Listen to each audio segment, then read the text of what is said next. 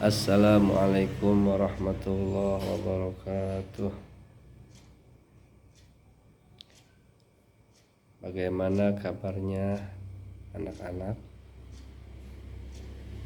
Alhamdulillah semuanya sehat, semuanya baik-baik. Alhamdulillah sehat ya.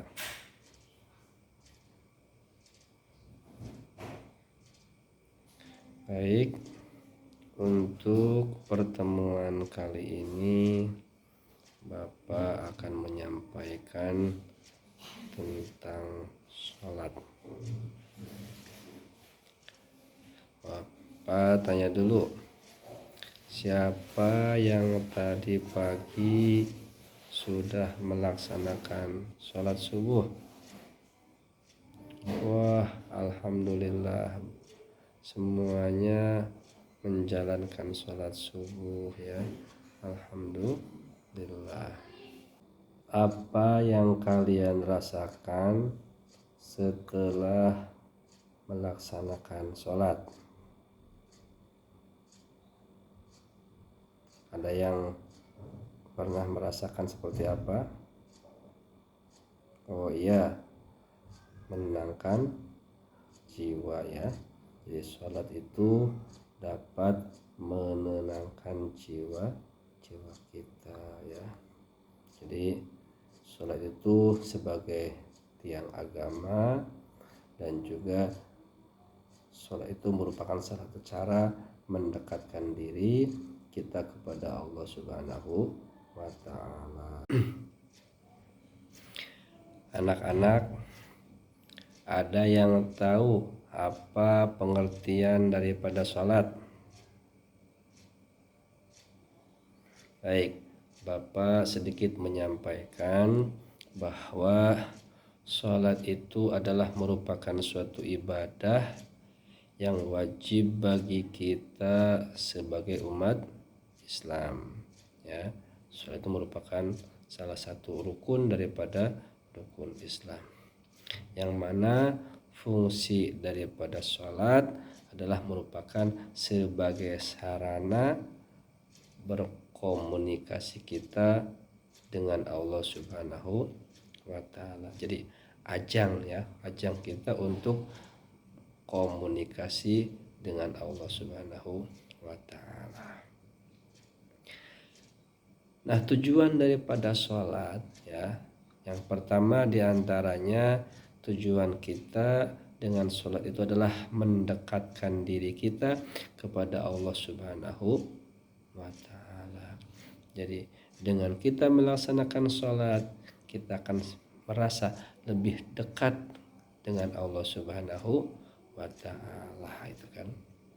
Yang kedua, dengan sholat itu kita bisa membersihkan jiwa ya, membersihkan ruhani kita ya, membersihkan jiwa kita, ruhani kita, dan juga bisa dengan sholat itu menjaga kedisiplinan kita ya.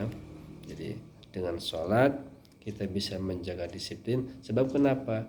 Karena sholat itu waktunya sudah ditentukan ya, terjadwal, sehingga kalau kita bisa melaksanakan sholat, maka kita bisa mendisiplinkan waktu sholat itu sendiri. Jadi disiplin, kita tidak akan tidak akan meninggalkan ya, kita tidak akan melanggar daripada kedisiplinan itu. Kayak kita masuk sekolah ya, sesuai jamnya, jam 7 maka kita harus sudah masuk ya. Nah, selanjutnya sholat itu merupakan ibadah yang mana dalam sholat itu ada syarat, ada rukun ya. Ada syarat sahnya sholat, begitu pula ada rukun-rukunnya sholat. Nah, apa saja di antara syarat-syarat sahnya sholat? Yang pertama di antara syarat sahnya sholat yaitu berwudu ya, atau bertoharoh, bersuci ya. Jadi sebelum kita sholat, kita harus bersuci dulu, mensucikan diri kita dulu baik daripada hadas kecil ataupun daripada hadas besar ya. Caranya dengan wudhu kalau ada air, kalau tidak ada air berarti kita dengan tayamum. Yang kedua, di antara syarat sahnya sholat kita harus menutup aurat ya. Harus menutup aurat. Aurat itu apa? Aurat itu adalah sesuatu ma wajib satruhu ya, istilah bahasa Arabnya sesuatu yang wajib kita tutupi ya. Ma wajib satruhu, sesuatu yang wajib kita tutupi. Nah, untuk aurat itu sendiri dalam sholat itu antara laki-laki dan perempuan itu beda ya. Untuk laki-laki yaitu ma baina surah wa rukbah, yaitu anggota tubuh yang antara pusar dan dengkul ya. Sedangkan untuk perempuan auratnya adalah jami' badaniha illa wajah wal kafain, seluruh anggota tubuhnya kecuali wajah dan kedua telapak tangan. Nah, selanjutnya di antara syarat sahnya sholat itu harus menghadap ke arah kiblat, menghadap ke arah Baitullah Ka'bah yang tempatnya secara zahirnya ada di kota Mekah. Nah, selain kita harus memenuhi syaratnya, juga kita harus memenuhi rukun sholat. Apa rukun sholat?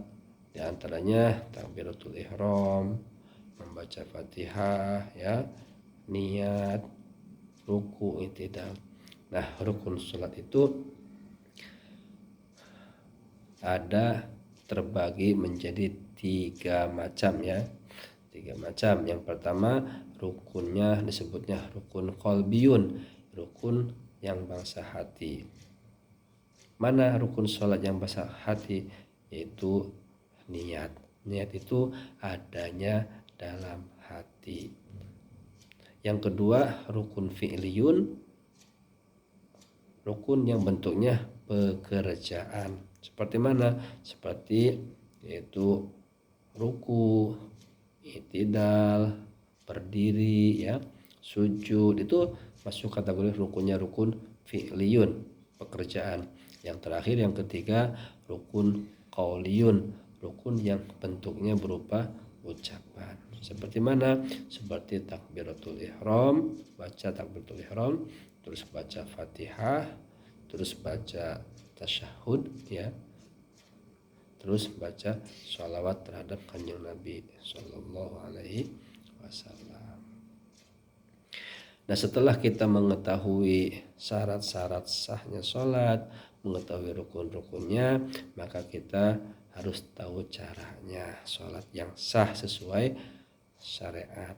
Gimana caranya? Jadi mulai kita takbiratul ihram dengan mengucapkan Allahu Akbar.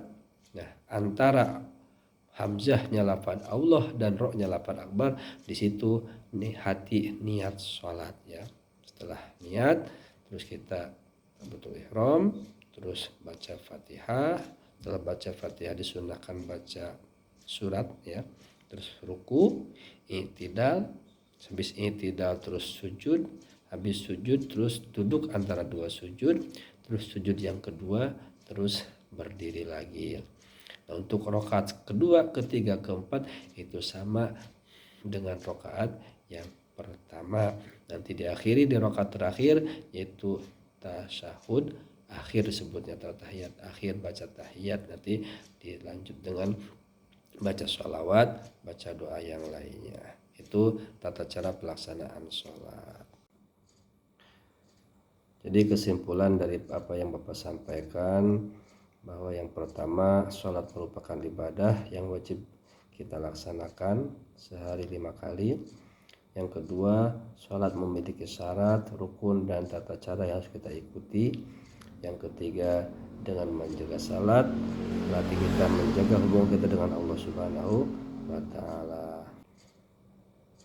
Baik, kita tutup pertemuan kali ini dengan sama-sama kita membaca Subhanakallahumma bihamdika asyhadu an la ilaha illa anta astaghfiruka wa atubu ilaik. Assalamualaikum warahmatullahi wabarakatuh.